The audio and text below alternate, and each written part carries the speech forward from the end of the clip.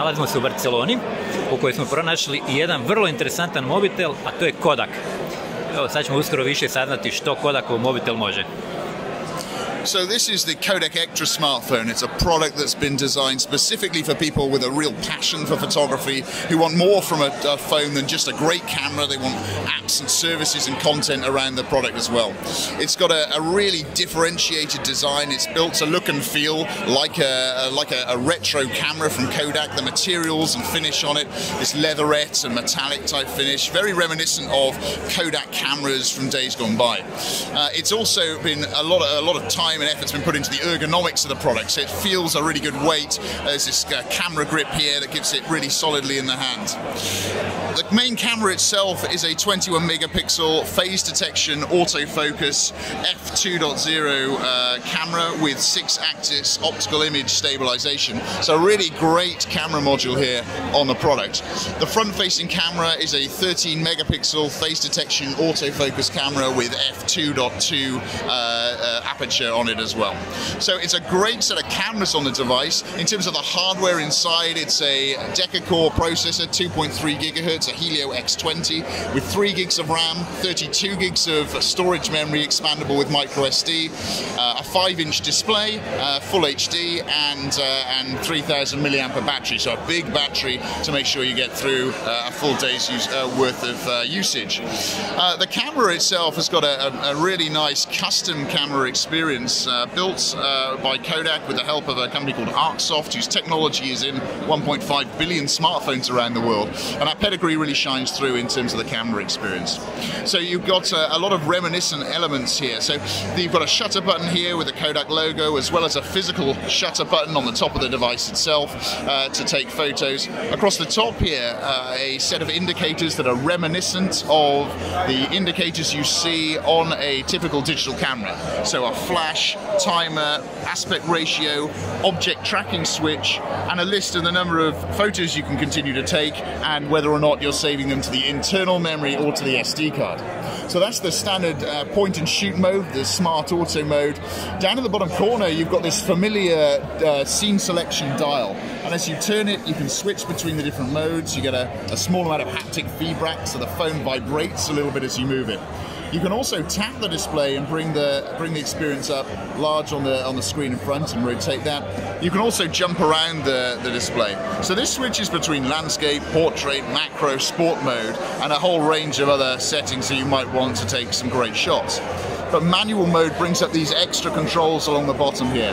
So you can see the aperture. It's not changeable because this is a smartphone rather than a camera, but it's an important piece of information, so that aperture there is grayed out.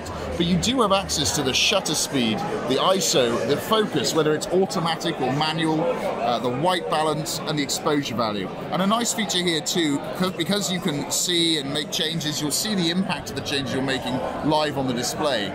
A nice point here too is that if you've made changes and you want to go just straight back to where you started, you can hit that reset button and it'll all jump back to the automatic settings. So a really great camera experience.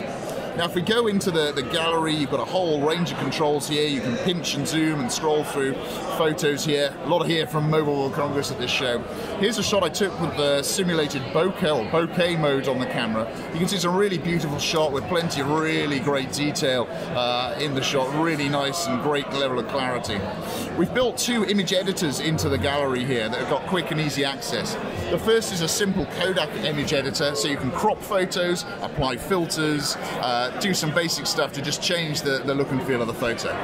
But we've also worked with Google to preload their Snapseed image editor onto this device. It's the first smartphone to have preloaded Snapseed on it. With one touch, you're straight into the capabilities of this amazing image editor, and you can do some truly stunning things to photos in just a few clicks. You know, and it's a truly amazing piece of software. So that's capture and create. You can also do a few other quick things as well. So there's a prints app here that allows you to order photos to get them delivered back to your door in a Kodak yellow envelope on beautiful Kodak paper. There's also a Super 8 app here. This is a simple app that allows you to take take little videos and to apply some effects over them so that it looks and feels like a vintage video.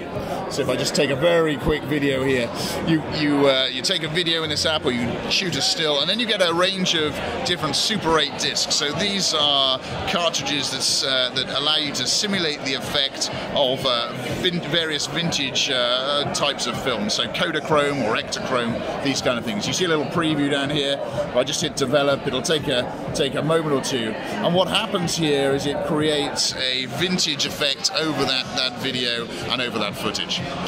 So it just takes a moment to load. Obviously it's applying those effects to all the frames in the video. We're nearly done here. Then we'll be able to play it. There we go, development complete.